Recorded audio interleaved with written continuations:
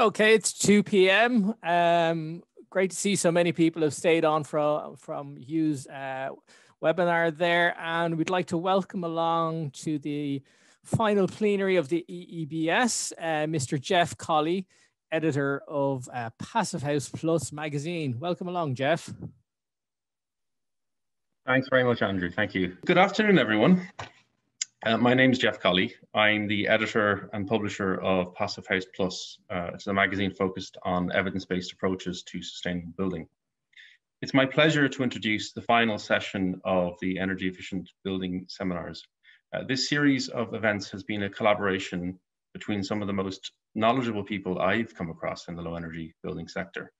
It's tapping into their collective wealth of knowledge and experience. It's Partel, in partnership with Core, Daikin, NorDan and Harmony Timber Solutions, are providing something that the industry really badly needs in light of recent changes to the building regulations. So during the 4 weeks of seminars, they provided an integrated approach to sustainable building design and construction, all in accordance with the NZEB requirements. They have every aspect covered. You could literally build an NZEB where every component which impacts on delivering the NZEB standard, the structure, insulation, windows, thermal breaks, and airtightness products, renewable heating system, and a mechanical ventilation system is provided by these 5 companies. At Passive House Plus, it's our firm conviction that the industry must adopt proven evidence-based approaches to sustainable building to ensure that the NZEBs we build don't just work on a spreadsheet, but in reality. The risks of underperformance are real and they're significant in terms of higher than expected energy costs, poor indoor air quality and overheating, and in buildings which don't endure. But with the right approaches, we can create buildings which stand the test of time and actually help to improve the comfort, health, and the bank balances of their occupants, while simultaneously contributing to the climate fight. So we're delighted to be involved as media partners for this webinar series. But anyway, for now, the plenary will start with a whimper. I'll be delivering a short presentation about NZEB market trends based on my latest analysis of data from SEAI. I'll just get cracking with that. Just 10 minutes of your time. 10 minutes you won't get back, I'm afraid. But sure, here it is. I'll crack on with it. So, you know, I've taken an increasing interest in data journalism over the last number of years, and which is just, you know, it's very self-evident what it is, really, I suppose. And we have this extraordinary data source in the National BR Research Tool, which SEAI have published. It's basically a spreadsheet you can download from their website, which is updated at midnight every night. Of it's based on every building energy rating for a dwelling that's ever been published. There's nearly 1 million of them at this stage, and it's nearly all of the data that went into the generation of those BERs, with the exception of 3 very useful pieces of information that could be, I guess, could be damaging in the hands of a journalist. The energy performance coefficients, the carbon performance coefficients, and the renewable energy ratios, the 3, I guess, headline targets, or 3 of the headline targets in terms of determining whether homes are actually complying with the building regulations or not. But we won't gripe too much. First thing is to understand the data source. So I downloaded the data for this analysis on the 11th of March. It includes all published building energy ratings for new dwellings. The vast majority of self-builds are not included, and this is because of widespread non-compliance among self-builders with the legal requirement to publish a BER prior to occupancy. We think about 3/4 of self-builds by our estimation are not included in this analysis. But other than that, where a property is transacted, the conveyancing requirements are tight enough that BERs are being obtained, we're confident, at least when the transaction is completed.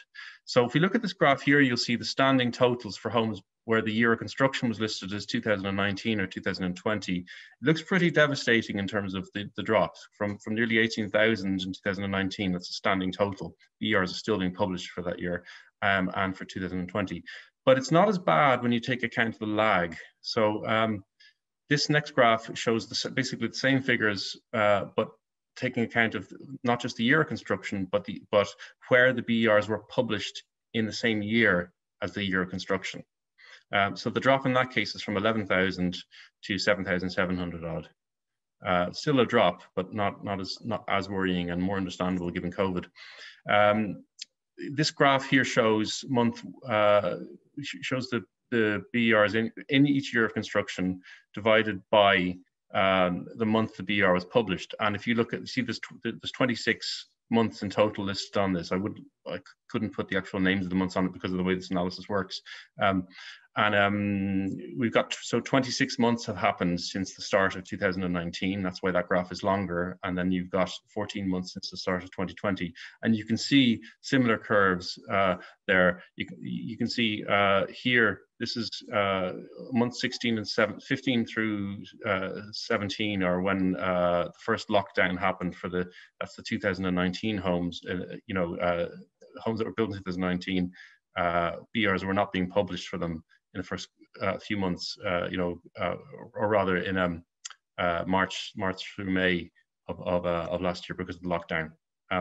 And this, by comparison, was the same data for the previous year. So very similar kind of curves you'll see, but without the pronounced drop happening because of that lockdown.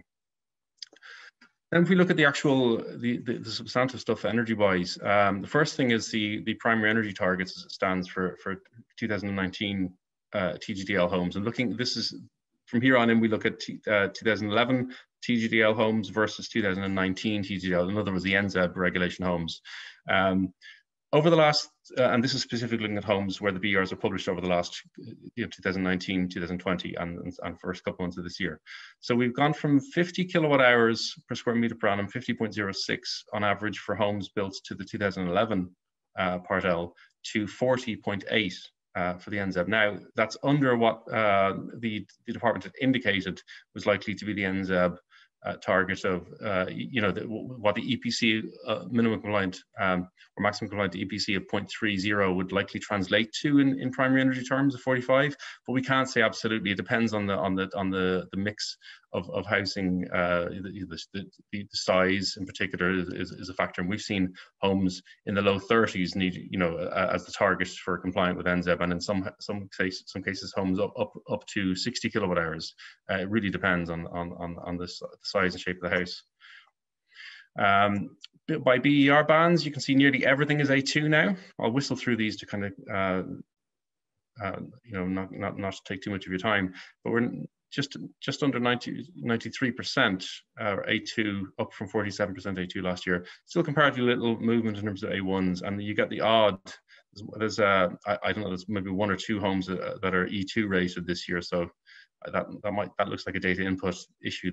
That is one of the issues you get with the BER data. When we get into the actual elements, opaque elements, so the U values for walls, roofs, and floors, they're basically largely unchanged. Floors, there's some signs of an early improvement, but other than that, walls and roofs are basically identical to where they were for homes built to the previous version of the regs. I've excluded floors and roofs where there was a U value input of 0, which would indicate that there's a floor or a ceiling between two apartments, for instance, in the same building. With window and doors, there is more sign of improvement, from 1.2 on average to 1.16 for windows, and then 1.3 down to 1.15 with doors. With regard to Y values, there's no discernible change, and the industry really isn't engaging in this regard. So we're in and around 2/3 of new homes are using a Y value of 0.08, and less than 10% are actually bothering to calculate the Y values, which may be a missed opportunity from a cost perspective, you'd have to say. Then you have obviously in the region of a quarter that are using the default of 0.15. Airtightness wise, there have been some improvements, 2.83 down to 2.55. It's good progress. Still a long way off best practice, and the kind of levels that you can achieve with Passive House, for instance. But to put it in context, we've gone from 11.8 was the average from admittedly a small enough sample size from the Energy Performance Survey of Irish Housing from 2005, down to more than 4 times lower than that total now. So the industry does need, I think, bit of recognition for that improvement. Still some work to do, I would say, but it's pleasing to see that. Then I've divided them up by air tightness bands, and you'll see that the majority, 60% are below 3, 20% are in this 3 to 5 range. There was missing data from the BER database for 13.9%. That's an issue that SCAI are working on updating. The data is still included in the BERs. It's not transferring over to the national BER research tool. So that's an issue. And then there's a small issue of apparent non-compliance of 3.3% of the NZEBs. That, in part, I believe from talking to SCAI about this, appears to be down to people mistakenly using the 2019 TGDL instead when they should have been using 2011 TGDL. There's a little bit of issue with data input. Wall types, there's a health warning required for this because this is not one, I gather this is not one of the fields that is auditable for the for BER assessors. So there's not much attention placed on it. But you can see what's evident from this data, and I've kind of aggregated a few of the different wall types into different groups here. The names in the actual research tool are curious, like 225 mil solid brick, for instance, or 325 mil solid brick, which they don't really correspond to anything we'd really see out there. I think that's meant to be single leaf block with external insulation. So we've what you'll see here though is that timber frame is growing substantially, over 30% from the early signs data on NZEB. And what isn't evident here, but is visible in a narrative field associated with this with this wall type, this first wall type category, is that categories which SCAI didn't include when they were sort of developing the system in deep, such as ICF and steel frame, they are there being added in the narrative field, and they're growing quite nicely. They'd be evident in the other fields and in the blank field, along with a lot of other walls. I mean, cavity wall types come in there as well. It's a bit of a mishmash, to be honest, and lots of assessors don't input information into the narrative field. When we look at air tightness by wall type, again, the same health warnings apply for the reasons just described, but a lot coalescing around about sort of the 2.5 total, with hollow block substantially worse. And solid mass concrete, much better.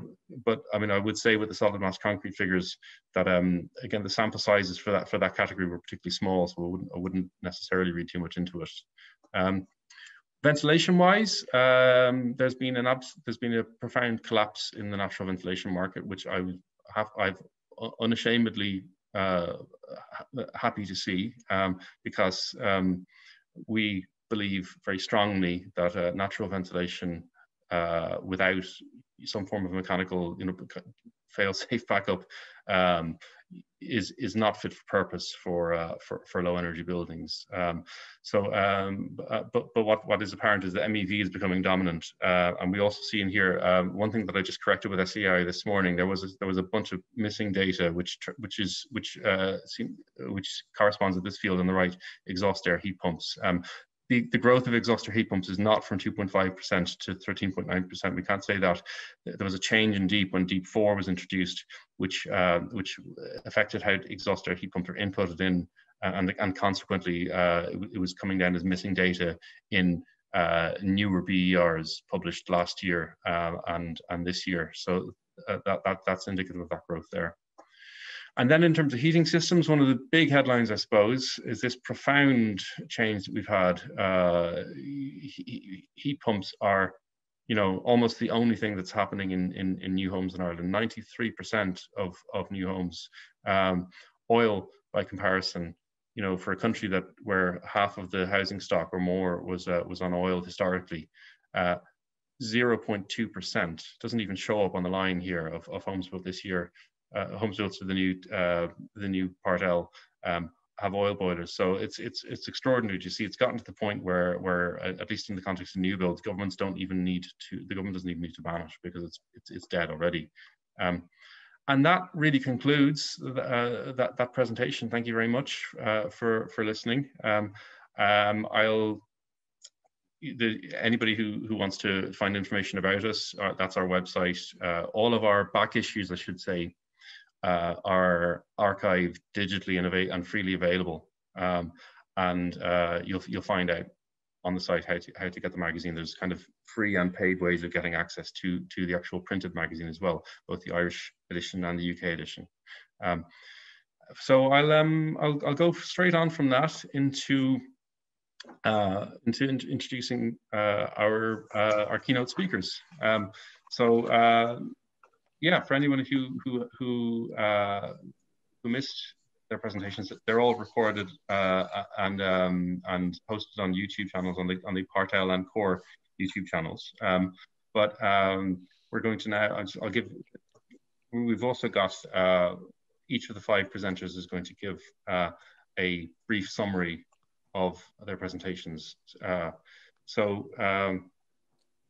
first speaker in that regard is fresh from speaking not 20 minutes ago, is Hugh Whiriskey, Technical Director and Founder of Partel. Hugh will round off the topic related to air and wind tightness, thermal bridging solutions. He's a certified passive house designer and a specialist in sustainable building and energy efficiency, with extensive knowledge in design and construction management, building fabric, and heat recovery ventilation. With over 20 years of experience, Hugh has particular experience in low energy construction, engineering, and architecture. He believes that increased efficiency in buildings is accelerated by using smart building envelope systems, and this leads to intelligent energy consumption and building longevity. So I'll hand over to Hugh. Thank you, Jeff. Hopefully everyone can see my screen okay. Yeah, Jeff, you're a fountain of knowledge, always interesting and generous with that, those insights. Thank you.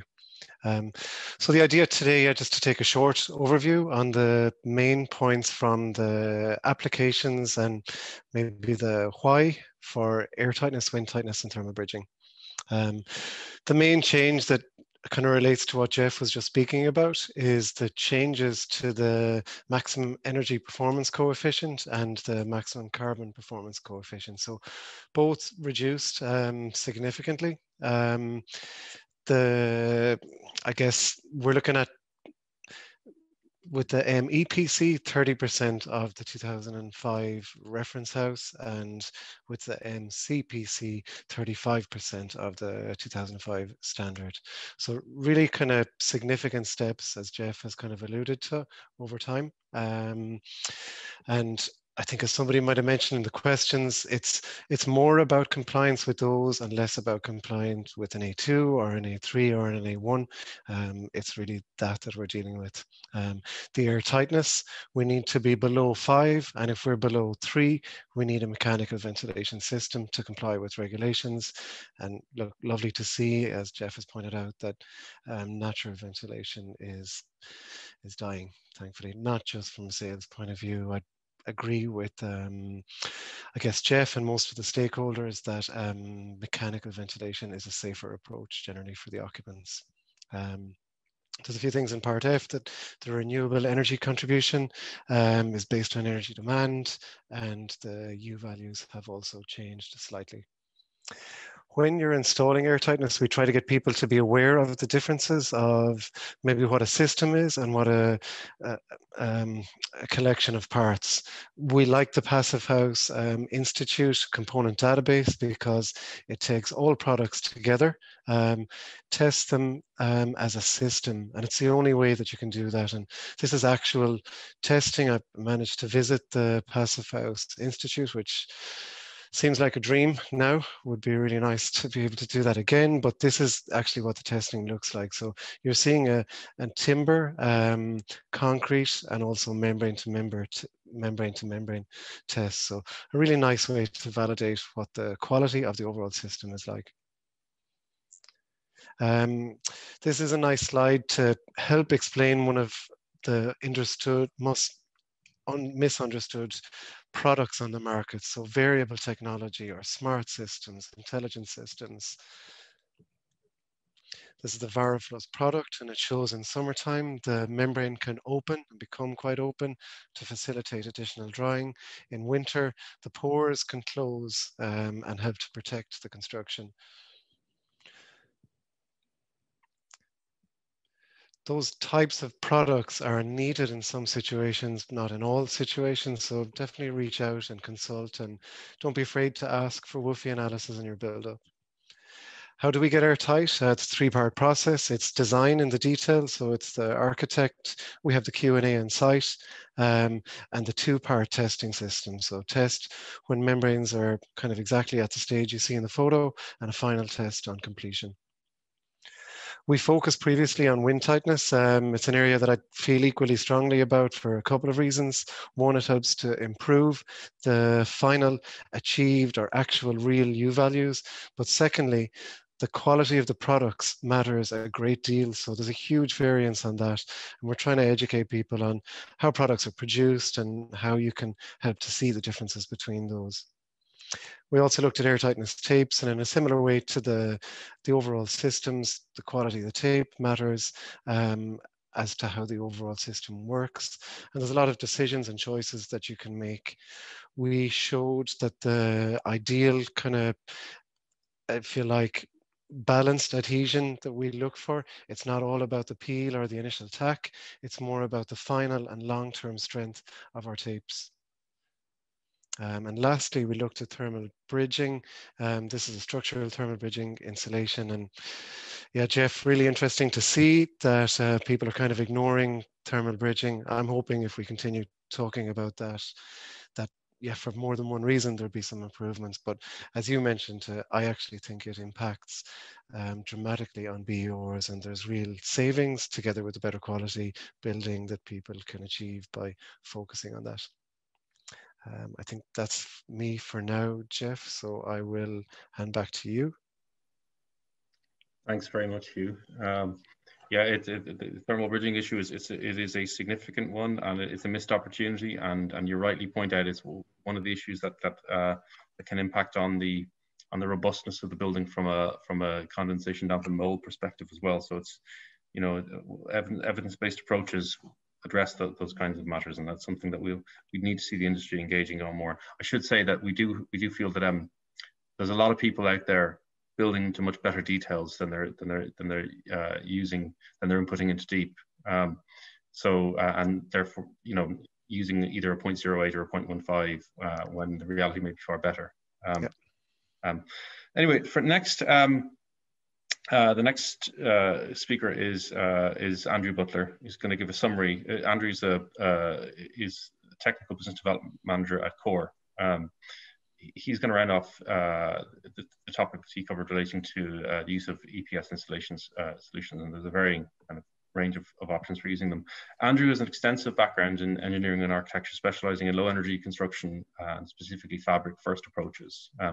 He has worked on projects across Ireland and the UK, designing sustainable residential and commercial properties, as well as working on large commercial and civic projects with Core's void formers. He has a passion for climate action and for the energy consumption of buildings, we're kind of make reductions there, and aims to promote and educate sustainable living for all. So over to Andrew now. Brilliant. Thank you very much, Jeff. So yeah, just a very quick recap on, I suppose, what my presentation covered a couple of weeks back. I suppose we were trying to give everybody a feel for EPS, how it can work into your construction project, how it can help save money, reach those lower U values, solve your thermal bridging, I suppose, in a cost-effective way. Being EPS, I suppose I was leaning on the fact that the EPS product, it's a known entity. It's one of the longest materials on the market in terms of insulation. So proven thermal and physical properties which don't change over time. So we started looking at the wall solutions, and we looked at bonded bead and how that works very well for new build and retrofit, certainly from the new build end of things, in terms of speed, buildability, cost savings, reducing our thermal looping, issues with maybe skilled labor shortages on site, how that's a very viable solution. We have, as part of all our products, we have typical details, and I would have shown these at the time, the thermal bridging. So this kind of, I suppose, ties into the Y value, like Jeff and Hugh would have mentioned there.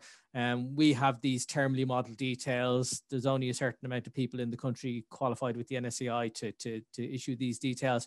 So we have all these there that people can use and help to bring down their Y values very significantly.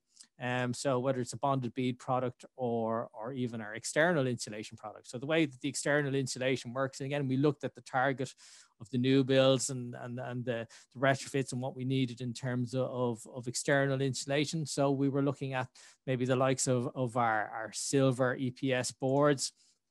So you see it there, that picture in the top right corner. And the way that the external insulation market works is it's NSAI registered render systems will supply the overall warranties on the systems, and our boards would provide, I suppose, the component of the insulation as part of those systems. Very, very usable on retrofit and new build situations. Again, because it's an EPS product, we can save money potentially on a product on a project by using something from our range of core solutions in this regard. So that was our external insulation. Looking at floor insulation, so again, floor insulation, this can be used in new build or the retrofit end of things. I suppose our most popular product would be the silver board, which you see there in the picture, whether it be under a concrete slab or whether it be under a screed situation. So you see here we have our silver EPS 70 board. We have some underfloor heating and a screed above it and our slab below it. So we have, I suppose, various different types of boards available, depending on what the project is, different densities, different thermal performances, depending on what your project is. We should be able to assist, whether it's domestic or commercial. And again, because it's an EPS product, when you use that product at the start of your project, in 50 years, 100 years down the time, physically, thermally, it's doing exactly the same thing. So there's a great bit of confidence using an EPS product.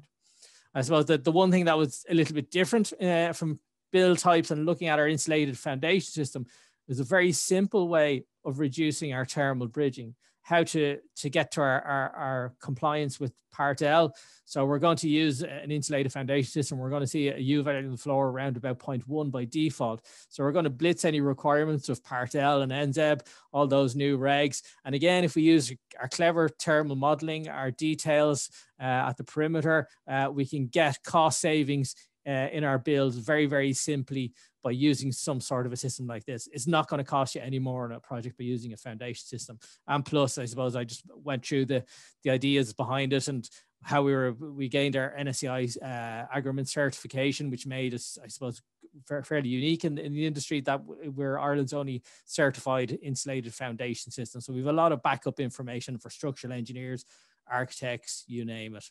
And just, I suppose, I touched on our sustainability. So EPS as a product is recyclable, which is a great news. When we look at a bonded bead, you only pay for the material that's used. We're not sending boards to landfill. EPS can be recycled. And to quote some nice, fantastic information in Passive House Plus magazine, there was a study looking at, I suppose, embodied carbon. So we're looking at an insulated foundation system versus traditional builds and how we can save on the amount of concrete and embodied carbon. And I suppose the last thing from our sustainability point of view is that we're the first board manufacturer in the country to have an EPD. So all that information is out there available for people. And just the last thing is just our technical backup and what we can do for people in the industry there. No matter what place you are in the industry, whether you're a designer, whether you're the builder, you reach out to us and feel free to get in touch. We're always happy to help you. And that was me. Thanks very much, Andrew. It's very, very informative, and I'm delighted that you mentioned EPDs and the life cycle assessment end of things. That's the next big target for the industry, sure. And in fact, it's something that we should all be considering about in a future seminar series. Thankfully, the partner companies involved in this event all, I think, in their various ways, from the digging we've been doing into this, have products and solutions that can assist in that regard. Whether it's core getting an EPD and showing substantial embodied carbon reductions with a passive slab foundation system compared to conventional foundations, whether it's Partel with the recycled plastic thermal brakes, whether it's Daikin with the new refrigerants that they developed to reduce the global warming potential their units, whether it's, I mean, I could go on, whether it's NorDan with the sort of 60-year design life on their timber alleyclad, I think it's for the timber alleyclad windows, and then also with, of course, with Harmony Timber, just, you know, timber frame tends to fare extraordinarily well, especially when you compare it with the likes of a cement board rather than a block or brick externally. But our next speaker is the indefatigable John McMenamy, the technical manager of NorDan Vindur.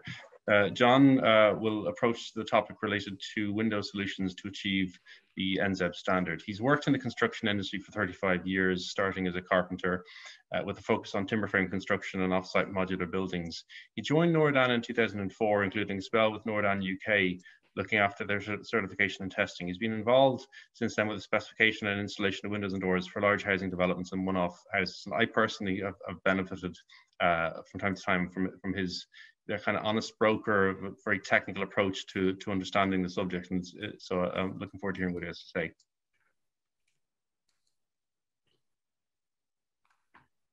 Okay, good afternoon, everybody. I'm just going to try and share my screen here. Share. Right. Can you see the shared screen now? Actually, I can't hear anybody. Yep. Yep. Right. Okay, great. Thank you. Right. Good afternoon, everybody again. Just to recap them, I suppose we looked at the difference between different types of timber and composite window constructions previously. When it comes to NZEB, the only real difference will be in the U values. And we can see that the samples, the worked examples given in TGDL in the annex there talk with approximate U values of 0.9 and a G value of 0.6. Backstop U values are 1.4, but I don't think we'll see much of that. Now, the only thing perhaps in terms of that U value and G value, we would have a slight concern that overheating might be a risk. And it's something to be cognizant of. If you've got very airtight buildings, you've got high G values. I mean, if you've got large amounts of self-facing glass, it will get pretty warm inside with those sort of G values. So we would expect those to come down, particularly on south-facing elevations.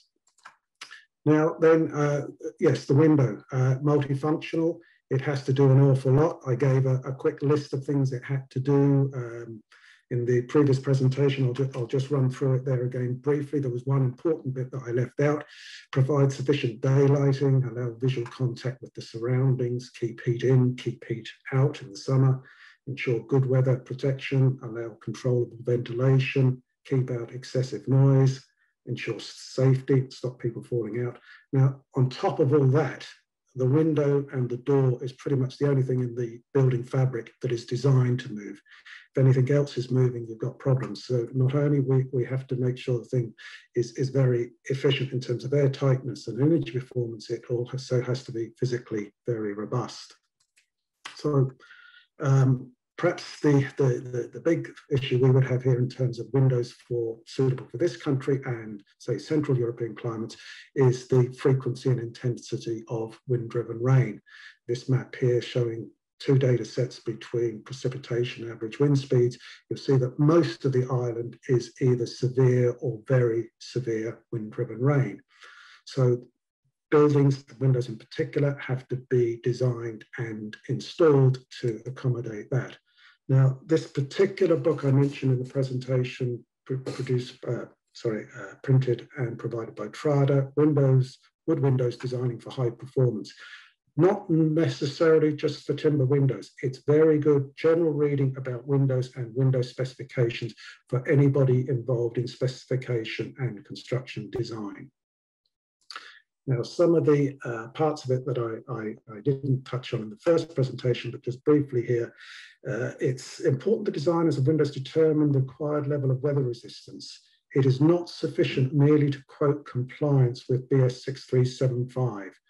And that goes for a lot of things. We would see that in specifications. Just the standard is quoted without any classification to that standard.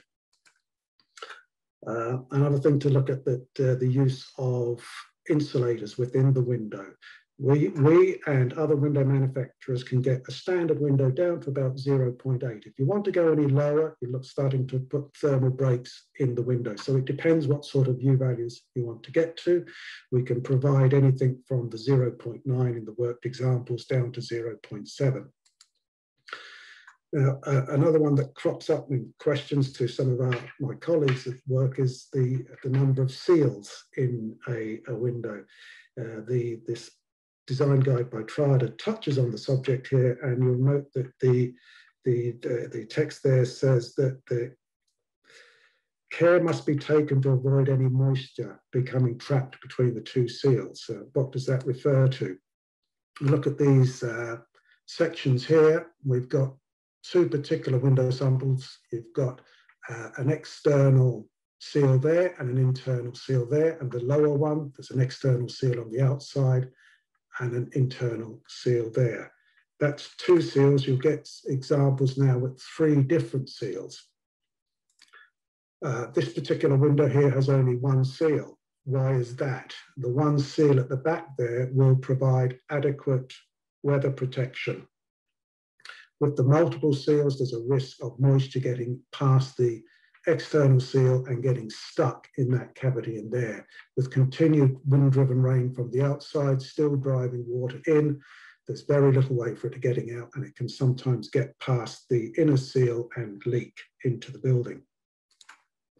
Now, this then goes back and looks at the principles of good window design as recommended by Trada. Locate the seal at the back of the window, no horizontal surfaces, so there's no place for the water to puddle, and a pressure relief zone to de-energize the wind so that there's no energy in it to carry the water back to the seal. Installation detailing is critical. These are typical installation details showing a check reveal and a standard flush reveal. The check reveal provides much better protection from wind-driven rain and will help in the longevity of the seal insofar as it's protected particularly from UV light and breakdown. The installation details, again, touched on by Hugh earlier on, and Jeff, we have accredited details from Scotland which show the psi value on there. It's all well and good having a particularly well-performing window. It really has to be installed properly, and all the detailing, not just in terms of weather, but the structure has to be adequate for us to fix the window too. Lastly then, again, what sort of certification and what sort of performance you should be looking for. Just a summary: third-party certification, perhaps performance certification in terms of air permeability, water tightness, security specification, sustainability, it's PFC, FSC, environmental product declarations. We have those for a range of our windows and doors. And then again, warranties, what sort of warranty you should be looking for. And that's me done and finished. Thank you. Thanks very much, John. So next up, we have a summary from Ian Killoch, heating sales engineer at Daikin, who will round off the topic related to the omnipresent air-to-water heat pumps now that are in almost every house in the country. Ian's worked every new house. Ian has worked in the renewable energy industry for almost 2 decades now, including, as I recall, a spell in solar PV, with a huge passion for climate action and for the transition to energy building in general. He's worked on projects internationally, including in Nigeria, Germany, and Sweden. He's dedicated to helping Ireland reach its climate action goals by 2030 and beyond with sustainable construction and living. So over to Ian. Hi, Jeff, and everybody. I hope you can all hear me pretty well. I'm just going to touch on briefly some of the things I spoke about, and what I was looking at really was the differences between monoblocks and splits. As we know, heat pumps provide what we call a low temperature heating system, whereas everybody's used to the standard radiators. You touch a radiator, it's very hot. And when you look at what we call low temperature systems, if it's radiators, they tend to be just lukewarm because the flow rate is running about 45 degrees instead of the traditional 60 to 70. Or if you have underfloor heating, you're looking at 35 degrees, or maybe less, depending on the slab that you have. The real differences between monoblocks and splits, as I touched on, a split tends to be, the easiest way of remembering is an outdoor and an indoor, split in two. Or a monoblock, whereas is a outdoor unit, more components in it, and the tank inside. And it's a 3-port valve that decides either to call for hot water or for your space heating system. The couple of advantages and disadvantages really that I touched on were splits. You'll see the picture there in the top right or bottom left, or what we call our split system. That's the indoor unit. It's very neat. It's only 600 square, so it's the same size as a washing machine, if you like, and all your components are within that. But the connection to the outdoor unit is refrigerant that's in the line. And when you have a refrigerant, it's certified to minus 30 degrees. We know our experience throughout Europe, particularly we supply a lot of heat pumps into the Scandinavia, you know, the Nordic countries, northern Russia, etc., where they will work at way above minus 30. You're looking at minus 40 degrees. The big advantage is sometimes some of the housing associations and the county councils look at the fact that you will never, or a private house even in that case, you will never have a freezing issue if the power goes out. So that can be a big advantage. Footprint, as I say, is the one I touched on briefly. And with a monoblock, you've got to remember the pipe work is going to be 1 inch. So generally 1 inch copper. The internal bore must be 1 inch. And this can be a little bit more expensive to do the installation, because by the time you join up all your pipe work, get out your bends and that, put in your 3-port valve and plumb it can, you know, the labor element can become a little bit more expensive. Split systems also, under the heat pump tool that SEAI provide, the designer sign off, will always be more efficient also. Monoblocks, though, are starting to come in, as Jeff touched briefly on, with new refrigerants, R32. Daikin were the first in the world to introduce that. In fact, we're very proud of the fact that the first in Europe to use it were Wexford County Council in a project there, 2017, 2018. 12 houses down in Wexford, and the 5 of them used the new Altherma 3 with the R32 refrigerant. And you will see that all manufacturers will move towards R32 into the future, because it's much, much cleaner for global warming potential. It's only 1/3 of what is existingly used. 410As and that, you know, you're only looking at around about 20-26% if there was ever a leak. It's also much more efficient. There's less charge used in it as well. So you will see all heat pump manufacturers moving that way. Briefly then, just to wrap it up then, really, the emitters is very important. Whether you're going to use underfloor or radiators. Radiators, we know those popular in Ireland, water-filled. You have the choice of aluminium or steel. And steel is a little bit cheaper to buy, but because it's steel, the output isn't quite as efficient, so you will have to increase the size. If you were putting in, say, an oil or gas boiler, for instance, and the radiators that were there for that, if you're using the same for a heat pump, it will be roughly 20 to 30% bigger. So it does take up a little bit more room of the wall, and that's to give you the same output as if, because you're going at a 45-degree flow rate. Aluminium is very, very good, very efficient, takes up less space in the wall, but the fact is they're a little bit more expensive. For a homeowner doing a self-build array, it's not going to be really an issue, but if you're a developer that might be doing 160 houses on a site or something, it could be a little bit more costly. So really with a heat pump, the important elements are, first of all, fabric first, I would always say. We're building now to A2 standards, so we know it's heat pump is kind of a bit of a no-brainer, and Jeff pointed out in some of the slides there.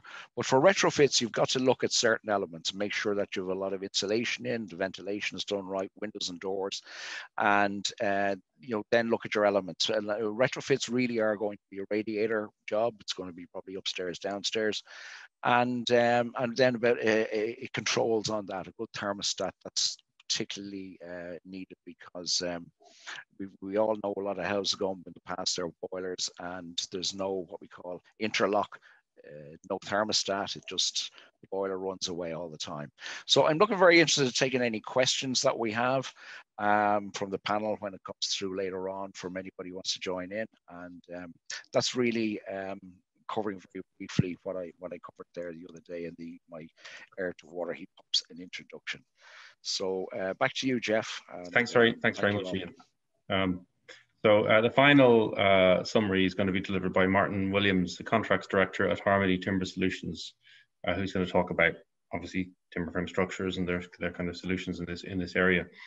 Martin has worked on projects in Ireland and the UK and has led developments in the industry that have impacted on quality control and the quality of final delivered homes. His career is focused on timber frame technologies, technology and systems. Particularly, I'm interested in the app that they've developed in this kind of quality assurance approach, which is most impressive. So over to you, Martin.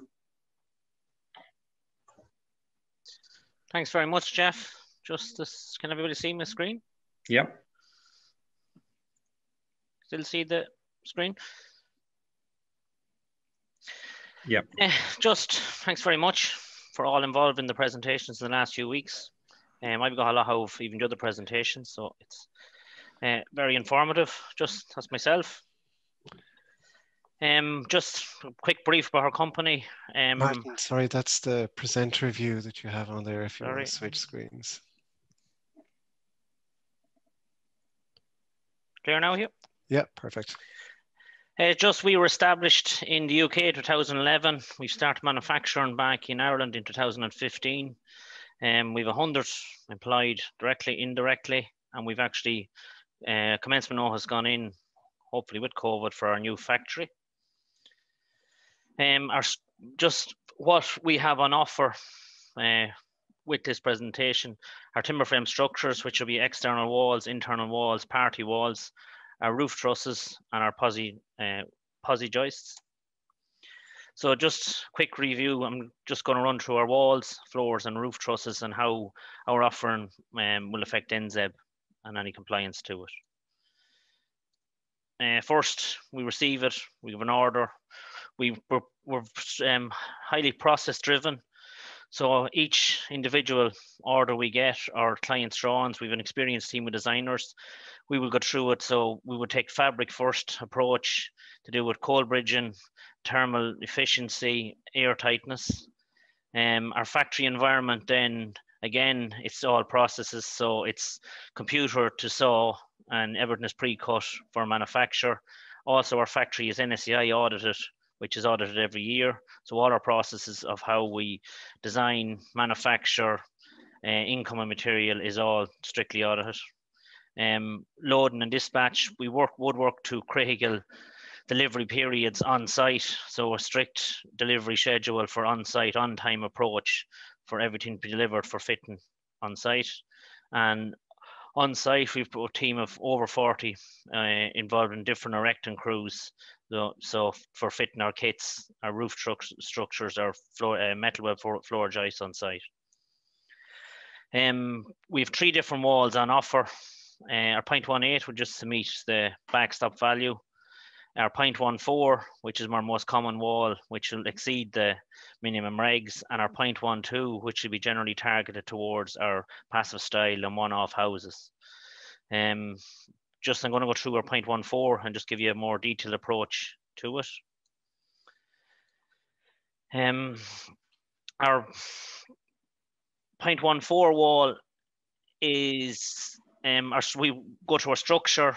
Because of this, we can, with our thermal elements, we actually pick and mix probably the best of what's available to us to achieve a cost-effective solution for our client, which would be our end user, our builders, our one-off customers. We also would design into that full thermal bridging along the face of the studs and our air tightness. And with this, we also will, for ease of manufacture, ease of fitting, all that, we'll also look at structural elements as part of our design. Just a brief here on we will also try and achieve a full thermal break with our 50mm PIR along the face of our wall. This wall will achieve our 0.14, and we fit a mineral wool in between the studs. Some people will say, why we use mineral wool, why we use PER. We use a range of different materials to get a most cost-effective solution for our client, and also then ease of fitting it. We also use an external membrane and an internal membrane We use a foil face membranes, which adds to our U value because of the use of emissivity within the air layer. Our airtightness, complete envelope wrap. This will be our floor joists. We prefabricate all our floor cassettes in the factory.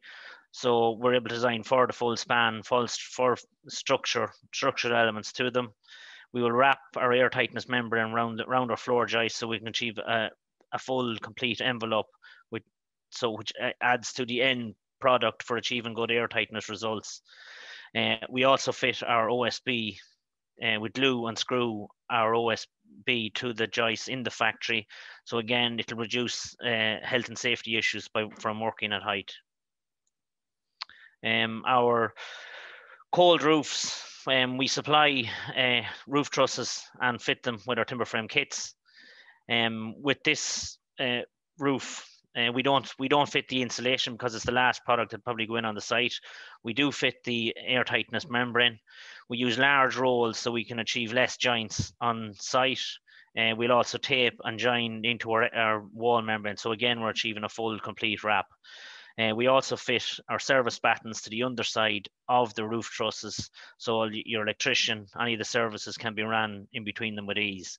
And again, this is, if this is a 3-story situation, we have 30-minute fire tests completed to ensure that we comply to EN 1365. Our warm roof, we will fit the insulation on site along the slope due to the fact it's not accessible after. We'll also fit our airtightness membrane, and again, our service batten is fitted on the inside of that to allow electrician, plumber, anybody to fit their services to it. Our quality control, Jeff was asking something about our on-site app. We have developed our own on-site app. So all our site details, our detail handbook, all the health and safety elements relating to our site fitters, their safe pass, manual handling, working at heights, slinger, banksman.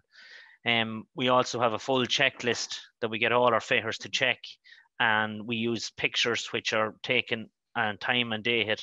So each picture will relate to each house unit and plot number on a site.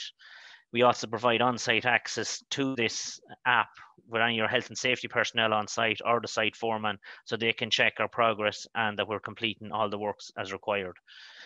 So this is all relevant then for BCAR, for checking and really recording all the information, because some of the information we will record on site isn't easily accessible for checking again when it's covered up. Our other products that we supply to the market, we supply roof trusses for traditional build, block, brick, ICF and metal frame as well. We also supply feature trusses with some of our kits and with some of our customers as well. And when we're designing these, we'll also incorporate our airtightness, insulation, U value requirements as well.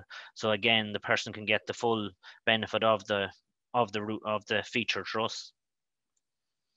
Engineered joists, our metal web joists, we supply to traditional build again, block and brick, ICF, and the ease of fitting all the services in these more and more with mechanical heat ventilation, soil pipes, sewer pipes. They're becoming really a joist of choice at the minute on nearly all sites. And then just our commitment going forward, we have commenced. Commencement note has gone in for our new factory units, which are located here in Arklow, and we have a forestry setting, so it's in par with what we're passionate about. So that's me. So thank you very much, Jeff. Thanks very much, Martin.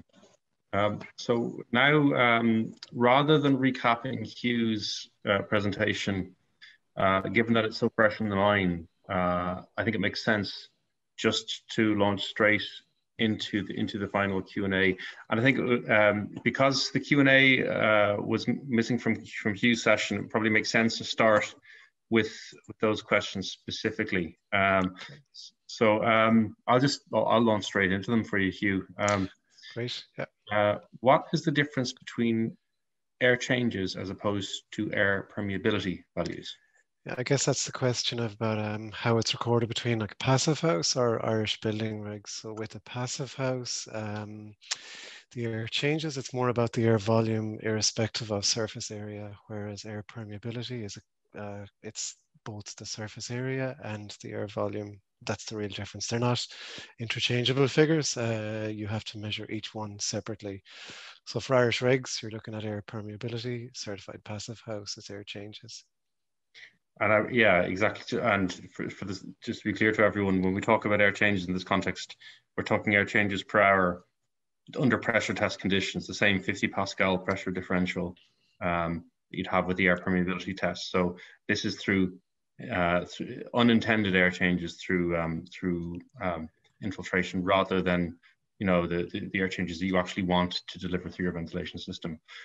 So the second one, it causes a lot of confusion when it says, don't shoot the messenger, please. It causes a lot of confusion when presentations like this seem to state that A2 is a requirement of regs. Partel 2019, it is not, and A3 can also be compliant.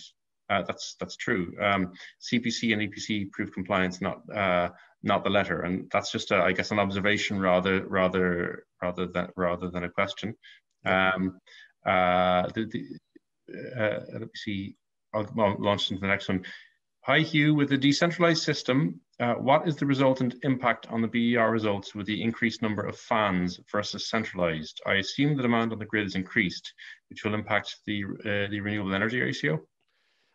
Wind, I guess it's actually the opposite. So more smaller fans actually consume less energy. So it actually has a positive impact, and you'll actually see that sharper manufacturers are moving more towards improving the specific fan power and with a little less focus on efficiency. So the latest units from Lunas don't have the same 9 or 89% or 90% heat recovery efficiency.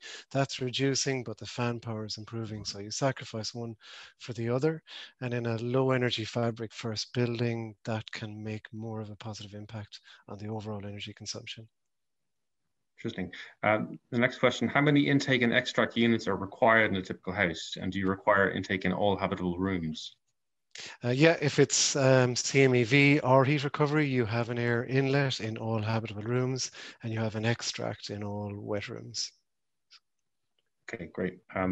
Next one, the two more ventilation questions. There's approximately €3,000 saving for the Lunas MVHR unit over standard extract. What's the maintenance cost of the units each year that wasn't included within the comparison? Yeah, I guess it's not included because there isn't a maintenance cost. That's actually the big difference. So yeah, if we change our filters or clean our filters, that's it. So when you're using a 30-year age-tested motor, that's why it's to avoid those the maintenance costs. Okay, great. And what's the smallest unit available? Voltage needed 12 volts and power ranges? Yeah, it's all 12 volts, a 12 volt system, but the actual outputs that it's using is based on its own controller. So relative to the settings that you've chosen, that's what actually controls it. So it's a maximum of 12 volts. Okay, great. Now, next questions. I'll just go through them sequentially. There was a question I had, why do you feel that a lot of the data is missing from the BER? Is it to do with auditing pressures on the BER assessor and SEAI not designing correct input fields in the software? Most of the issues that we were reporting were to do with transferring of the data from the BERs into the research tool. There's no problem with the BERs themselves. There were some issues, however, there clearly are issues with BER assessors incorrectly adding information into DEEP.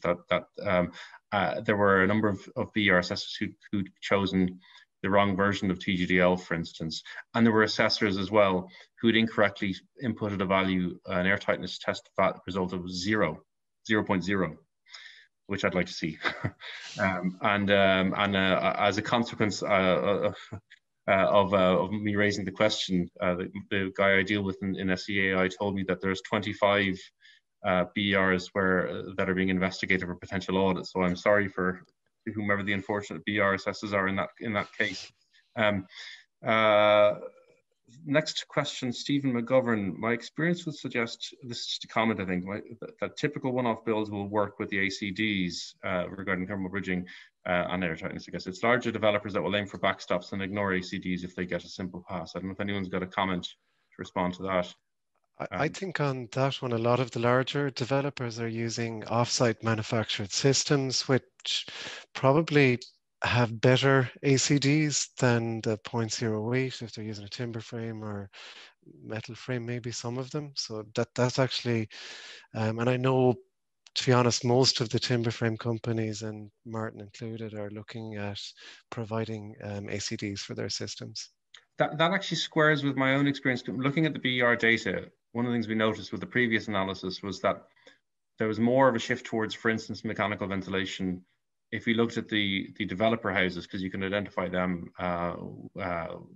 with a fair degree of accuracy, we believe, from the BER data, the Greater Dublin area, and generally in the urban areas, but in particular Greater Dublin area, there was a much higher tendency towards mechanical ventilation than the rest of the country, even among developers. And the sense was that the guys who are working, the developers who are working on schemes around Dublin, are developers who've been at it longer and who are, you know, a bit more invested in the game, perhaps, you know, rather than the kind of smaller scale house builders, without not wanting to cast aspersions like that. There was a sense that they're more inclined to be keeping up with the R&D and more aware of the issue. Certainly, if you take Mick Cosgrave, for instance, you know, in Dublin, he's seen the consequences of not putting mechanical ventilation into apartments, for instance, and the issues you could run into there. There's a question from Stephen here with regard to thermal bridging. A lot more, just let's go through this. A lot more education is required in the industry on it. I have had jobs where architects don't know anything about what thermal bridging is, or what the requirements are, or are saying that the junctions are ACD compliant, but U values of the elements aren't suitable. If the SEAI data is looked at, just over 64,000 dwellings have a thermal bridging factor of 0.08. But if those details are looked into further, there are only about so that's 64% or so rather than 64,000. Only about 40% that's allowed to use 0.08, while 60% shouldn't be used as the U values are outside the allowable bounds. That's an interesting perspective. I think there needs to be a massive education program for builders, designers, etc. on thermal bridging and what is the minimum / max allowed from a junction to be ACD compliant. I don't know if anyone's got anything to add there. I guess it's more of a statement, Jeff. Yeah. Yeah. Okay. Yeah. Stephen McGovern again, raising this issue of John. You didn't mention EN ISO 12567-2 for thermal transmittance, or EN 410 for solar transmittance. I think 12567 is Hotbox testing of windows, which really isn't used. I think there's nobody has one in this country. I think anything in the UK would be probably in a museum at this stage. All the U values for windows are done to ES 10071 and 10072. It's a software exercise. That's the industry standard. Then when it comes to EN 410, that would be on the Declaration of Performance. It's again, it's a standard, that's the standard for determining G values. So they are on the Declaration of Performances. It's a given. It's not really something. I covered the U values, what's required in Part L, but to talk about them as standards in the presentation, I think they're pretty much there to do with. It's a basic. I don't think it needs to be mentioned, but the hotbox testing, that's simply not done anymore. It's a software exercise. Okay. Perfect, thank you. There are a number of other questions. If people are okay for us to run over a little bit, this is a real doozy of a question. How can vent ducts be cleaned within a property? Long feather dusters?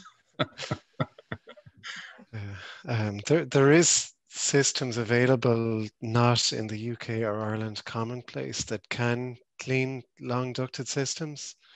So maybe it's a business opportunity for someone to get into, but I think generally they should be designed to allow for some cleaning. So access. You can train especially trained ferrets. They can be the chimney sweeps for ventilation ductwork, you know, for the modern age. I should say as well that there was a paper, an academic paper published on the first passive house dwelling 25 years after it was completed. Now, the caveat here is that this is Professor Feist, the founder of the Passive House Institute. His own house is one of the 4 units there, and they got into the ducts and inspected them 25 years after. They'd never been cleaned, and they were essentially clean as a whistle. Professor Feist, as you might expect, was extraordinarily diligent. I think he had quite a fine filter and was replacing them like clockwork. So I'm not saying that ductwork cleaning is not an issue, but I think you can reduce the issue. You can reduce the risk through maintenance, proper maintenance of the system. So we've got other messages here. I'll just there's a couple of other to throw in here. Are there systems for insulating hollow block houses in the Dublin area internally, rather than using external insulation systems? I don't know if anyone else wants to take that, but my own view on that would be read Joseph Little's Breaking the Mold series of articles from Construct Ireland from 10 years ago or more, from what our magazine used to be. And we would strongly recommend people to avoid internally insulating single leaf hollow block walls for a number of reasons, principally because you've got risk of interstitial condensation behind the insulation layer. So if anyone wants to elaborate on that. I'd agree with you, Jeff. I've sent people, I don't know how many hundreds of times to those articles as well. So yeah, well written, absolutely relevant. And they were terrifying to edit, I can tell you, yeah. What are the main considerations in deciding between a centralized or decentralized system? It'll always depend on the property. So for large multi-unit estates, it can be less complicated to use decentralized, also a little better on price. That can be a reason. But generally, it's a question about what's the most efficient system for a particular project. So I think it's best to evaluate your options, engage with engage with the specifiers, could be ourselves or whoever, and we'll guide you through the different options. So they're very much customizable solutions. So it's not just one. There's change relative to each property. Okay, great. A question for Ian: are all plumbers qualified to fit a heat pump, and can we have cooling also? Can we have cooling also from a heat pump? No, not all plumbers are qualified. Is a hard word to use. It's like if you had a Ferrari outside, want any mechanic having a go at it. You need experience in it, and most heat manufacturers are lending that technical training. I know in Daikin with COVID at the moment, we're doing it online. We're doing a lot of our FQS guys, field quality engineers, service engineers are doing a lot of webinars. We're trying to get because we have a very good reputation in the market. We want everyone up to a very high standard, not only to be able to fit them and commission them, but to be able to maybe do the maintenance down the road as well. It is new for a lot of people, and but there is a lot. Over the last probably 10 years, we've trained a lot of good installers how to do it. When they are trained with us as well, they are certified as a Daikin installer and that as well. But we will have a lot more training coming up, and we do it in certain centres around the country. And whenever this COVID situation, we get over that. To answer your second question on cooling, yes, Daikin units are reversible as well. So you can have the option of cooling, but you have to specify that beforehand.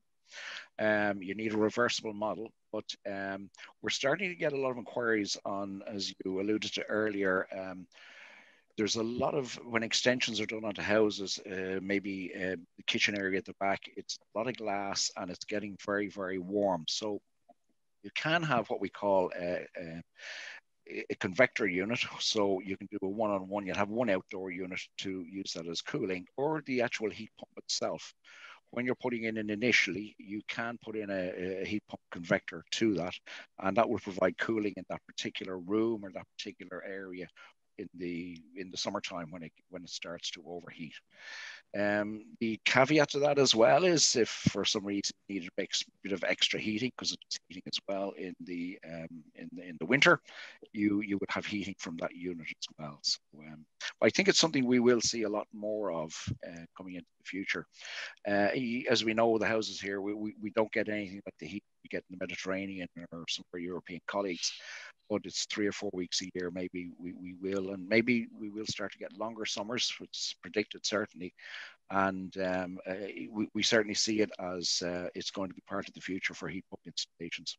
It's certainly something we're concerned about. Anybody who has an interest in this, we published a piece in the magazine a while ago on a study on an apartment building, a real building in Camden, that was monitored by academics from London South Bank University. This building, during the monitoring period, now London's a warmer climate than we have here, but on a day when the outdoor air temperature outside the building peaked at 28.9 degrees, this unoccupied, unheated building peaked internally, the operative room temperature at 47.5 degrees. Southwest facing, substantial glazing, and it wasn't even that low energy. It was a retrofit to a reasonable standard. So there are serious risks here and having cooling is a nice defensive strategy and stuff, as part of your heat pump, but designers need to wise up and take this seriously, or it will come back to haunt them. That's a real concern. Yeah, it is an element we've developed into that. So we have units available for that. And as I say, all our heat pumps are that option of a reversible model. But it is something, you're right, Jeff, we're going to see a lot more of that coming in now, particularly with It's the same with space heating, fabric first, and then use efficient ways and clean ways of delivering the solution that you require in terms of whether it's heating or cooling. Hopefully, for the most part, we can avoid the requirement, but certainly I feel more comfortable having it in my armory. There's a question for Andrew on EPS. What's the long-term performance of EPS? There's a couple of questions actually there related for Andrew. What are the long-term performance of EPS? What are the time and cost savings when using the foundation system, if any? And what type of builds can be used with the foundation system? Andrew has actually had to step away, Jeff. He stepped away. So sorry, I have qualified to answer Andrew's question. I'll quickly throw in something. I've seen a rival system, so I won't mention it, but I've seen a building wrapped in external insulation done from 1966 with EPS in Ireland, and core samples taken of the insulation at the time. Sorry, about 10 years ago this was, the wall behind it was bone dry, and there was, I think, a hotbox test done to measure the U value, and of course, given that the only gas in the installation was air, the thermal conductivity was exactly the same, as the day it was installed originally, apparently. Time and cost savings for using the foundation system. I'd point towards Daikin Residential's. There was an article we did on the use of the core foundation system at Silken Park, the Passive House scheme in City West, which if you Google Silken Park and Passive House Plus, you'll find. And Jay Stewart, the head of R&D there at Daikin Residential, gave a very clear explanation for why it made so much more sense from a health and safety perspective in terms of having to move less soil around, I think, on site, those homes were built. They were turning around houses in, I think, 12 to 14 weeks or so, using, interestingly, 9-inch hollow block construction, but with external insulation, and that's the big difference. No problem with the hollow block when you wrap externally. Though I would say, and maybe I have a question here to throw at Martin actually, if he's amenable, because I don't see much consideration yet in the industry for the embodied carbon issue when it comes to buildings. But is it something that people are starting to ask you? And are you seeing as well, to kind of really consolidate that and to capitalize on it, people integrating timber frame with products other than block or brick externally? Like a cement board, for instance, to reduce the overall embodied carbon. There's not too much kind of requirement at the minute for embodied carbon, and I think it's probably just the way the market has been driven. I think that it will eventually come down the road to us, that more and more people will look at embodied carbon within the structure they're building. But at the minute, people are looking for a cost-effective solution to get to the building regs. So at the minute, more and more one-off probably and passive style people are looking towards that information, but our larger kind of high volume market aren't looking at that avenue at the minute. And probably until the regulations allow for that and really push for it, and that but again, it'll be, there'll probably be a lot of reluctance within the industry if that's, pushed towards carbon tax, and because a large timber frame is probably still about 30% of the build market, and if a carbon tax does come in based on embodied carbon, there will be probably a real reluctance to let that into the market. I think even the requirement to calculate it's going to be difficult. We'd expect to see something happening in green public procurement. This is something I'll be hopefully involved in now to kind of make happen from a policy perspective. And in addition to that, the thing I'd say that I took some positivity out of, I've had conversations with two very substantial developers recently about ESG, environment, social and governance requirements, basically, where they're going out to have to get money to finance their projects. Some of the biggest developers going. The finance world has started looking for, and what seemed to be actually, and I'm really surprised by this, very robust indicators of overall environmental performance, including actual energy performance, actual indoor air quality, and so on, and building life cycle assessment, including embodied carbon. So hopefully it happens. But I can tell you that I had one conversation with a quite a nervous sounding developer in this regard recently about having to kind of to move out of their comfort zone and start tackling this. I have had conversations with some of the probably local councils who are looking at future developments of their own housing stock, and they are looking at embodied carbon. But because the change of the regs has happened in the last while to do with fire and systems tests, some of the probably where you achieve a lot of benefits with embodied carbon, they're not fully fire tested. So there's still a bit with a small way to go away, but it's just a matter of testing some of their systems. Because some of the systems in Europe at the minute are more embodied carbon, and with some of the local councils, they are discussing that and the benefits of them in their own builds. But still, commercially, it still has a little way to go. Yeah, we have to move on it. The world is on fire, after all, they say, so we kind of need to move quickly on these things. Anyway, there are three final questions, and then I think we'll call it quits after that, if that's okay. One was, what's the expected lifespan of a timber frame home? There's a design requirement in EC5 for 50 years, but the expected lifespan, there's probably no end for it. It's to do with the design and maintenance of it, that there's no moisture going to affect any of our structure. Like it's structurally over time, it's not going to deteriorate.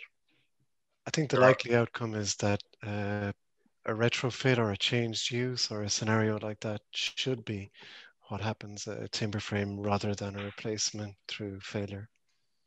And certainly there are structures, timber structures. I think John McMenamy writing in our magazine not so long ago showed an example of a timber church in Norway, which was, oh God, I can't remember how old, but it was it 1,000 years or something, John? Is that right? About 800 or 900 years old. The stave churches they're made of timber. But I personally worked on a house in Switzerland that dated from the 17th century. It was a timber frame farmhouse, but it was every second generation or so they renovated.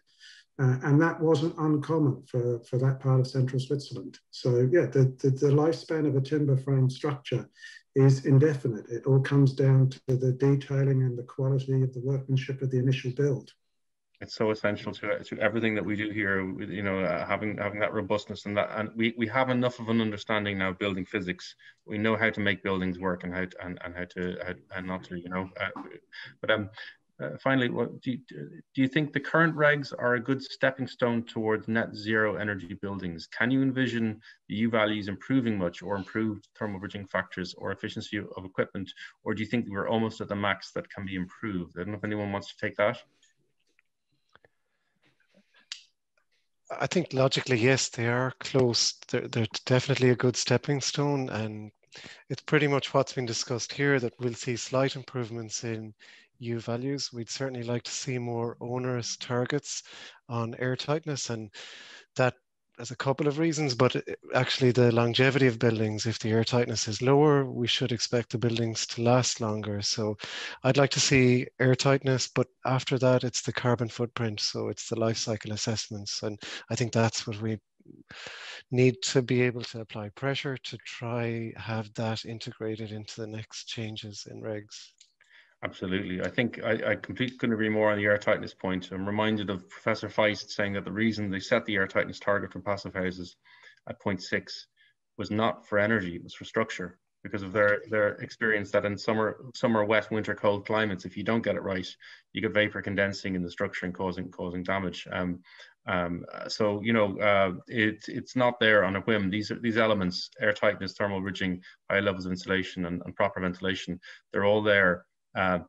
You know, it's not arbitrary. They're there for very deliberate reasons. Because people who've studied the evidence understand what works and what will make a building fail. That's great. I think there were a couple of other questions. One around preference to underfloor heating or radiators. I don't know if anyone wants to field that, but you know, is there a preference for underfloor heating or radiators? It's not really. Underfloor is terrific if you have the budget to do a whole house in it, and you know, the costs have come down tremendously over the last couple of years. It's you've got a steady temperature there, to 35 degrees, let's say. If it's a well, you know, highly insulated house, good slab in it, you could run that at lower temperatures, maybe 32. The big thing about it, and it's comfort, it's a great comfort, it's an even comfort throughout the whole house, but it really comes down to budget. If I was building a brand new house tomorrow myself, I would underfloor upstairs and downstairs for it.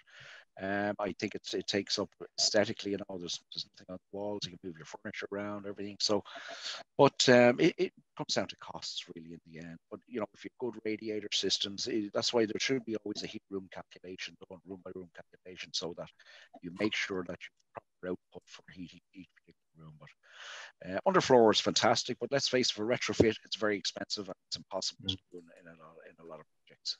Then there's a final question. Thank you, Ian. There's one final question, and we'll conclude on this one finally, guys. Thank you, everyone.